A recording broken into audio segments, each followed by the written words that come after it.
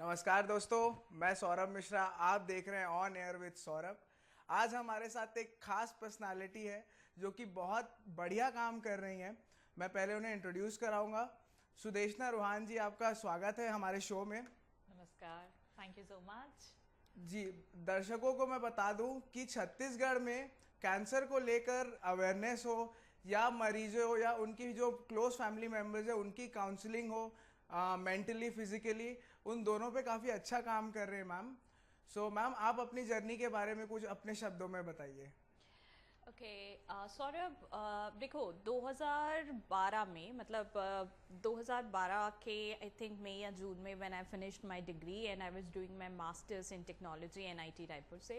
Yeah. तो उस दौरान क्या हुआ कि रिसर्च के काम की वजह से मेरा आरसीसी रीजनल कैंसर सेंटर जो है रायपुर में मेकाहारा, वहाँ जाना हुआ। जी, उन जी। दिनों एम्स नहीं था। जी। सो वहाँ पर जाने के बाद जब पेशेंट्स को देखे, और ख़ास तौर पर जो हमारे छत्तीसगढ़ के पेशेंट है, जो बहुत बड़ा वर्ग जो शहरी नहीं है, जो ग्रामीण है या दूसरे ज़िलों से आता है, तो उनके अपने संघर्ष क्या होते हैं, शारीरिक, मानसिक, आर्थिक, सामाजिक और आध्यात्मिक भी। तो जब इन चीज़ों से सामना हुआ तब लगा कि नहीं, जीवन की यही दिशा होनी चाहिए मेरी, और अगर उनकी मदद कर सके किसी भी तरीके से तो जी। This the right time to get started. Okay. So आपका जो एनजीओ है वो किस तरीके से ऑपरेट करता है और आप जो कैंसर पीड़ित लोग हैं उनको किस तरीके से मदद करते हैं?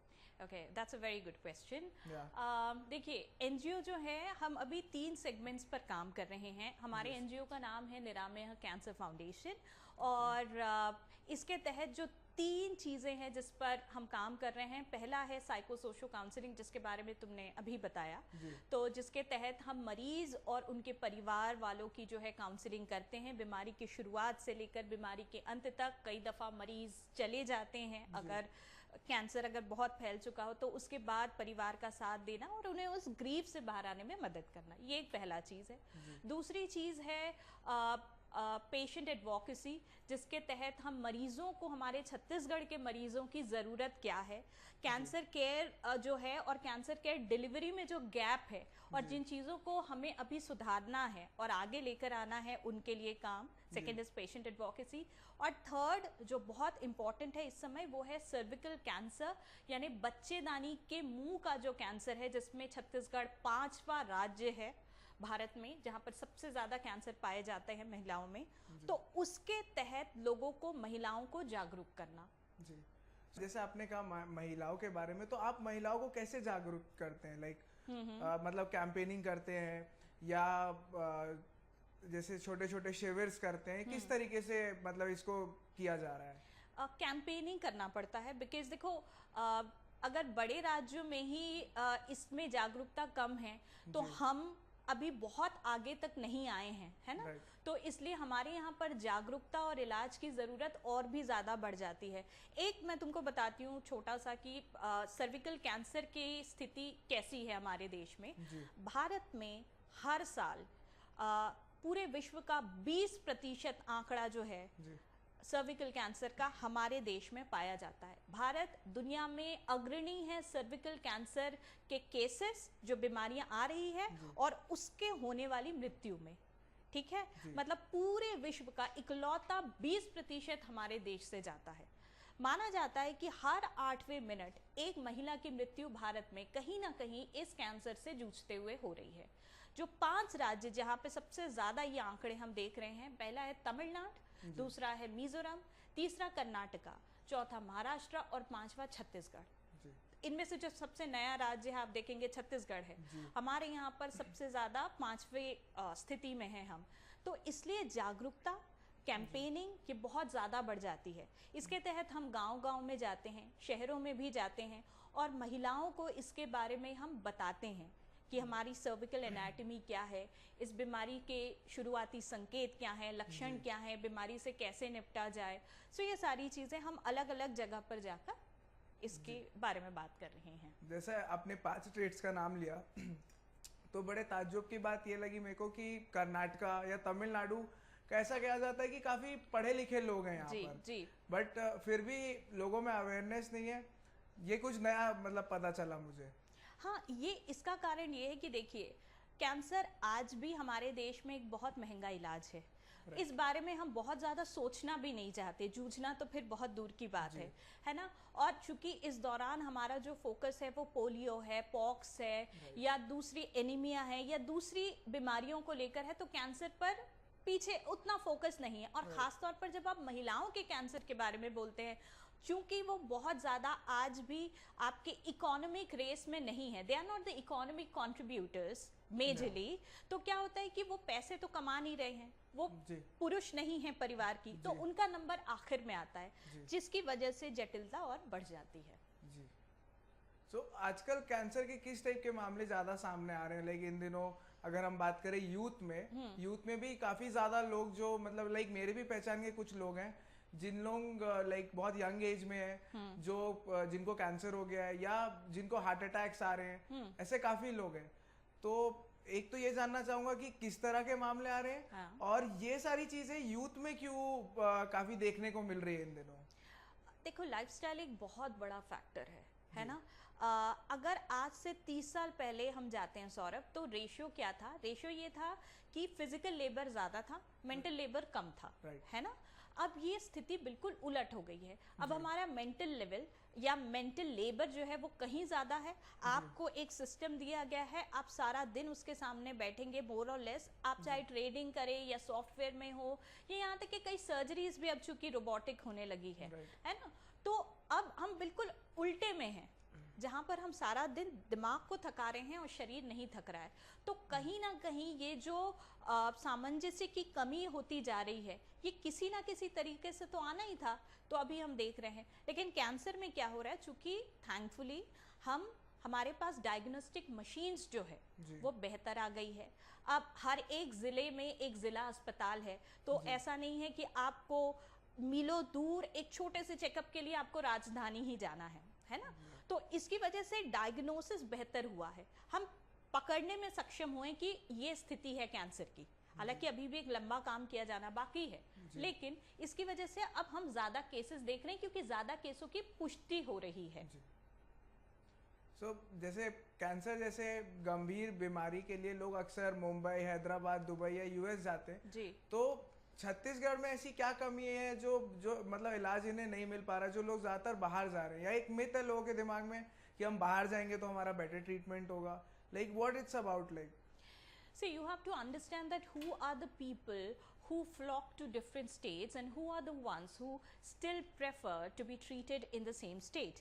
आपका जो क्रीम है, आपकी जो इकोनॉमी का जो क्रीम है, जिसके पास एक एक्सेस है कि जल्द से जल्द और बेहतर से बेहतर इलाज वो ले सके कम समय में, समय बचाते हुए, तो वो क्या करता है, वो बाहर जाता है, क्योंकि उनके कॉन्टैक्ट्स वैसे होते हैं और उनके रिसोर्सेस वैसे होते हैं। लेकिन बाहर जाने का मतलब ये नहीं है कि आपके रायपुर के इलाज में या बाहर के इलाज में कोई बहुत ज्यादा फर्क है। सुविधाओं का फर्क हो सकता है, लेकिन आप फार्माकोलॉजिकल लेवल पे कुछ कहें तो ऐसा नहीं है। इसलिए कि आपके पास यहाँ भी ऑन्कोलॉजिस्ट हैं जो MCI की डिग्री से काम कर रहे हैं, और वहां पर भी आपके पास ऑन्कोलॉजिस्ट हैं जो MCI या किसी रजिस्टर्ड बॉडी की डिग्री से काम कर रहे हैं।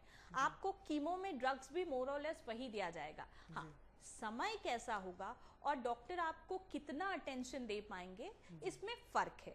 लेकिन आपका जो मरीज यहाँ पर आ रहा है, अगर यहाँ पर एक RCC है, रीजनल कैंसर सेंटर, एक एम्स है, प्राइवेट इतने सारे हॉस्पिटल्स हैं जिसमें इतने सारे ऑन्कोलॉजिस्ट काम कर रहे हैं, तो जाहिर है उनकी डिमांड है, जाहिर है यहाँ पर मरीज आ रहे हैं। लेकिन गैप कहाँ आ रहा है? गैप आ रहा है कि मरीज बहुत ज्यादा हैं, उनके तुलना में हमारे पास टीम या सुविधाएं जो है कम आ रहे हैं। तो इकोनॉमिकली हुआ very strong, they will flock to different states. But secondly जो कार्ड होल्डर हैं या जो एक मध्यम वर्गीय है, वो सोचता है कि ठीक है, मेरी इतनी क्षमताओं में जो बेहतर इलाज मैं यही अपने आसपास ले सकता हूँ वो मैं लूँ, तो इसके लिए वो रायपुर में आते हैं, राजधानी में आते हैं, और यहाँ का भी जो ट्रीटमेंट है वो बहुत अच्छा है जी। जैसे आप कैंसर के मरीजों की काउंसलिंग करते हैं, तो उनको किस तरीके की मदद मिलती है आपसे? ये अलग अलग लेवल पर होता है ना। सबसे पहले होता है मानसिक, भावनात्मक, सामाजिक, और उसके बाद होता है आध्यात्मिक, है ना।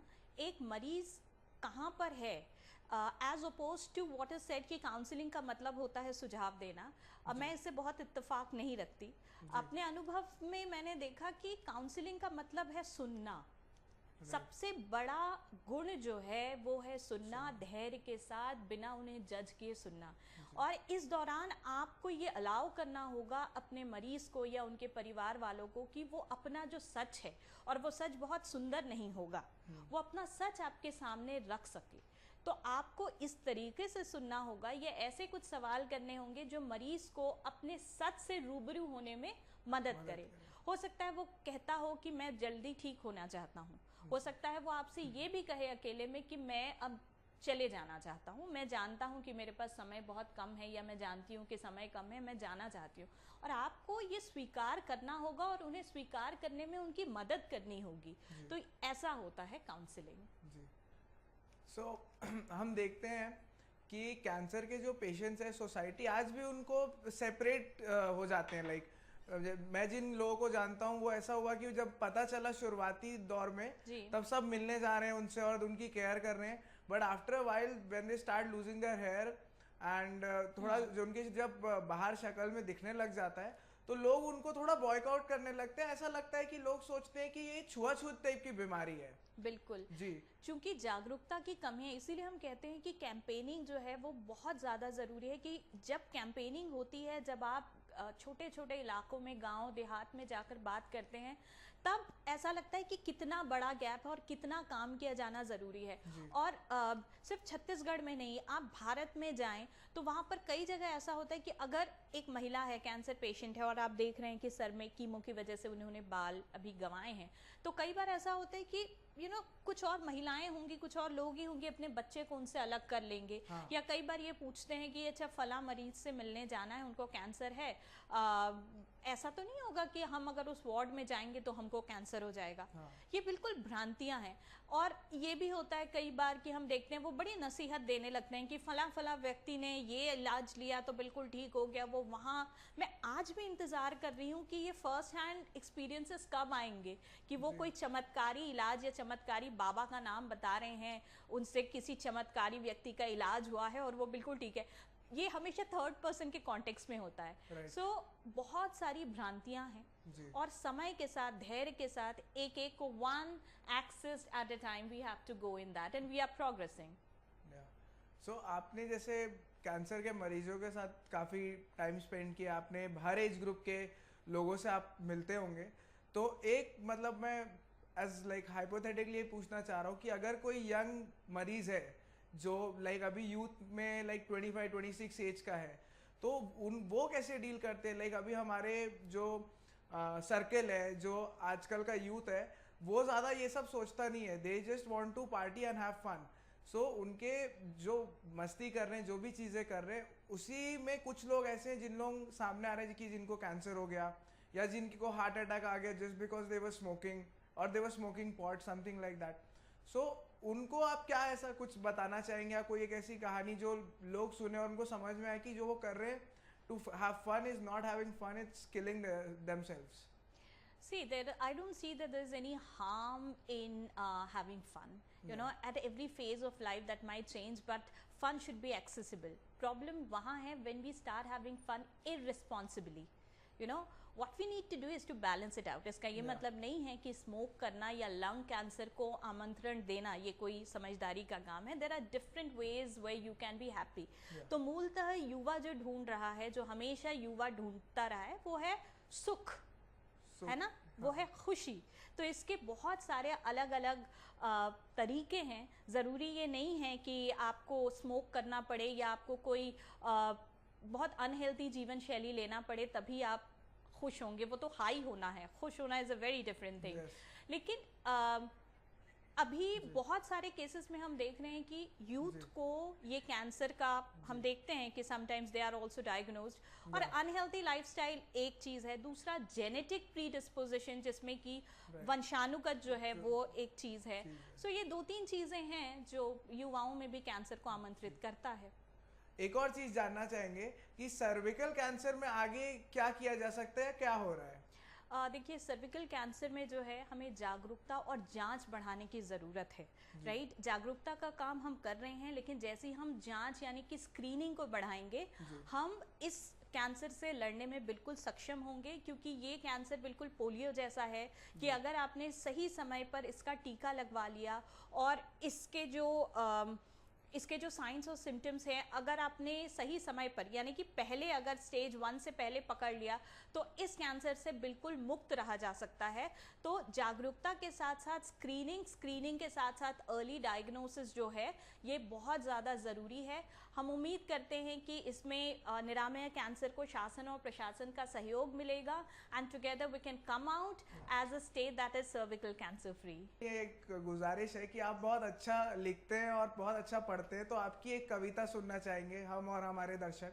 तो इस कविता का नाम है शौकत आपा के नाम, जो शबाना आज़मी जो हैं उनकी वालिदा उनकी माता थी और बहुत बड़ी रंगकर्मी भी थी, इप्टा से जुड़ी हुई थी। जी।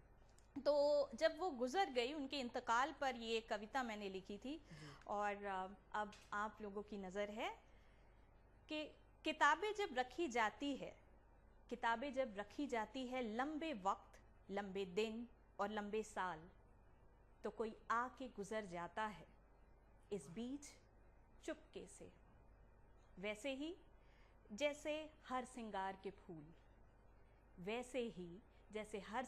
के फूल एक मौसम जीने के बाद झड़ जाते हैं शरद की रात में चुपके से।